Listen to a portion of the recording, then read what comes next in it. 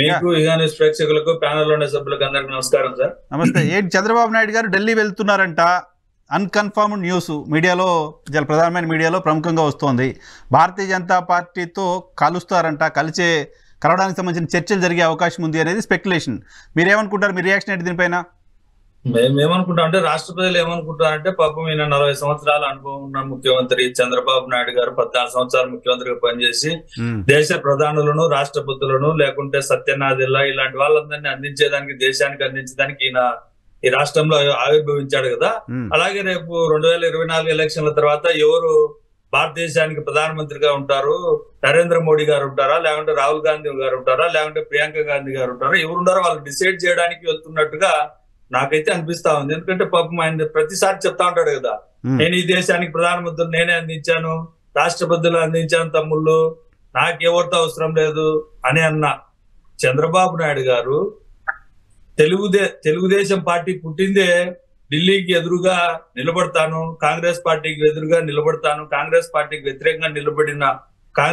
వ్యతిరేకంగా పుట్టిన తెలుగుదేశం పార్టీ వాళ్లకు విలువలు, విశ్వసనీయత లేకుండా అదే కాంగ్రెస్ పార్టీతో పొత్తులు పెట్టుకొని అవసరమైతే నరేంద్ర మోడీ గారితో స్నేహం చేస్తారు. అవసరం తీరిపోయాక నరేంద్ర మోడీ గారిని, ఆయన భార్యను, ఆయన కుటుంబ సభ్యులు ఏ విధంగా తిడతారో బీజేపీ వాళ్ళకు తెలిసినంతగా, ఈ రాష్ట్ర ప్రజలకు, దేశ ప్రజలకు తెలిసినంతగా ఇంకా ఎవరికి తెలియదు. చంద్రబాబు నాయుడు గారికి ఏమైనా గజనీ సినిమాల మాదిరిగా మర్చిపోతే ఏమన్నా తెలియదేమో, కానీ అందరికి తెలుసు, ఈ దేశ ప్రజలకు తెలుసు, ఈ రాష్ట్ర ప్రజలకు తెలుసు.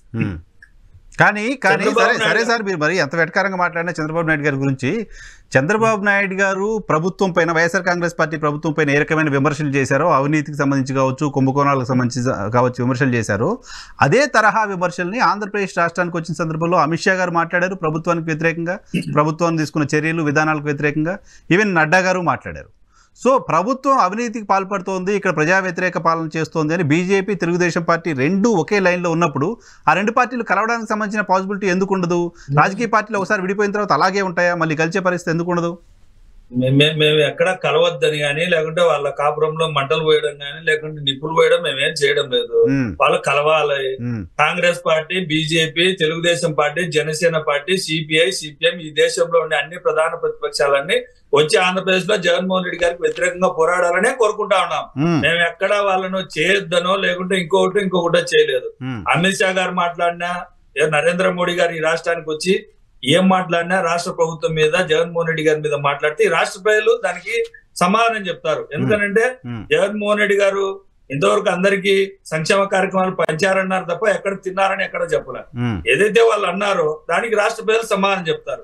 మేము చేస్తున్న అభివృద్ధి గురించి రోజు మాట్లాడుతున్నారో, ఇందాక మన జనసేన సోదరుడు మాట్లాడుతూ చారిత్రాత్మక అవసరము, లేకుంటే వైఎస్ఆర్ కాంగ్రెస్ పార్టీ జగన్మోహన్ రెడ్డి గారిని దించడం అంటే, వైఎస్ఆర్ కాంగ్రెస్ పార్టీని దించడం, జగన్మోహన్ రెడ్డి గారిని దించడం అంటే చంద్రబాబు నాయుడు గారిని పల్లకి మోసి చంద్రబాబు నాయుడు గారిని గద్దెనెక్కించడమా? గతంలో చంద్రబాబు నాయుడు గారి పట్ల ఏ విధంగా ప్రవర్తించాడు పవన్ కళ్యాణ్ గారు, అదే విధంగా పవన్ కళ్యాణ్ గారు బీజేపీ పట్ల ఏ విధంగా ప్రవర్తించాడు, ఎలక్షన్ల ముందర ఏం మాట్లాడారు, ఎలక్షన్లు అయిన తర్వాత ఏం మాట్లాడారు, ఎలక్షన్లు అయిన తర్వాత బీజేపీ పార్టీతో కలిసి ఎన్డీఏ కూటమిలో ఉన్నటువంటి పవన్ కళ్యాణ్ గారు ఈ రాష్ట్రానికి సాధించింది ఏంటి? పవన్ కళ్యాణ్ గారు ఏం చెప్తారు? ప్రతిసారి మాట్లాడేటప్పుడు నా వెనకాల నాకు మోడీ గారు తెలుసు, నేను చిటికేసి అమిత్ షా గారు మాట్లాడతారు అంటున్నారు కదా.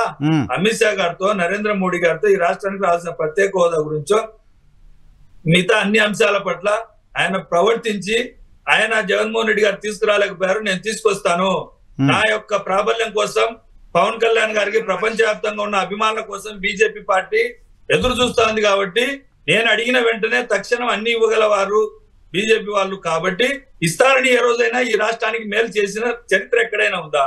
లేదు కదా.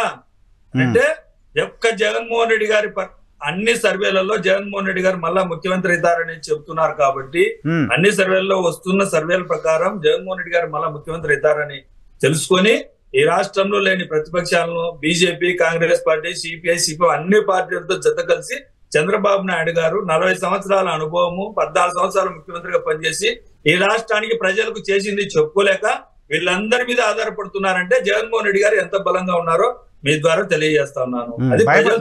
మీకే భయం లేదా, టెన్షన్ లేదా? జనసేన టీడీపీ కలిస్తేనే వాళ్ళు ఎప్పుడు విడిపోతారా అని ఎదురు చూస్తా ఉన్నారు.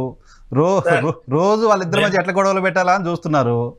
మేము ఎక్కడ లేదు సార్. హరిరామ జోగే గారు ఒక 20 లేఖలు రాస్తే ఇప్పటికి నిన్న రాసిన లేఖను మాత్రం బాగా పట్టించుకుని వైఎస్ఆర్ కాంగ్రెస్ పార్టీ ప్రచారం చేస్తోంది. అంటే ఎవరైనా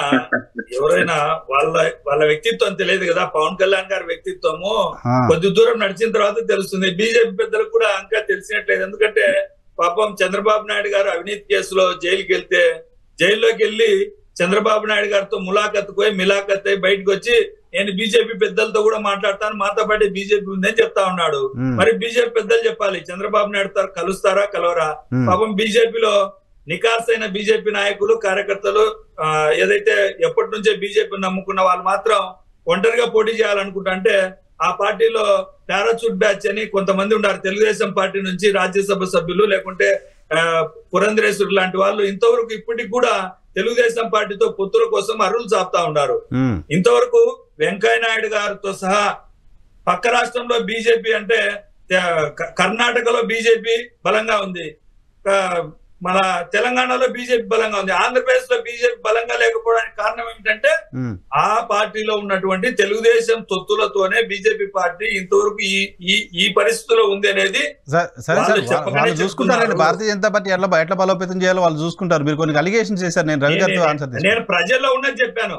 ప్రజల్లో బీజేపీ పట్ల ఈ విధంగా ఉంది, పారాచూట్ బ్యాచ్ బీజేపీని చూస్తా ఉంటుంది అనే విషయం నేను ప్రజలు చెప్పే విషయం తెలియజేస్తా ఉన్నాను అంతే. నేను బీజేపీ బలోపేతం కావద్దని నేను ఎక్కడ చెప్పలేదు. బీజేపీ పార్టీ ఖచ్చితంగా బలోపేతంగానే ఉందనే కోరుకున్నాను, తప్పేం లేదు. అందరితో పోరాడాలి. రవి గారు గారు ఇప్పుడు వాళ్ళ వైసీపీ పార్టీలో రకరకాల పార్టీల నుంచి వచ్చిన వాళ్ళు లేరా అండి? కాంగ్రెస్ నుంచి వచ్చిన వాళ్ళు లేరా? అన్ని పార్టీలు తప్ప అందరూ ఉన్నారు కదా. సో వాళ్ళ పార్టీలో ఉంటేనేమో సంసారం, వేరే పార్టీలో వేరే జన అయితేనే ఇదేనా? ఇప్పుడు ప్రజల్లో చాలా అనుకుంటారండి. జగన్మోహన్ రెడ్డి గారి గురించి కూడా చాలా అనుకుంటారు. అన్ని ఇప్పుడు నేను డిబేట్ లో చెప్పాలా? ప్రజల్లో రకరకాలు అనుకుంటా ఉంటారు. అలాంటి మాటలు మనం ఇక్కడ మాట్లాడటం సమంజసం కాదు కదా. ఇప్పుడు పురంధరేశ్వరి గారు గత దశాబ్ద కాలంగా భారతీయ జనతా పార్టీలో రకరకాల స్థాయిలో జాతీయ ప్రధాన కార్యదర్శి చేస్తున్నారు. ఎప్పుడన్నా వారు చెప్పారా టీడీపీతో మేము వెళ్ళాలని అనుకున్నావా?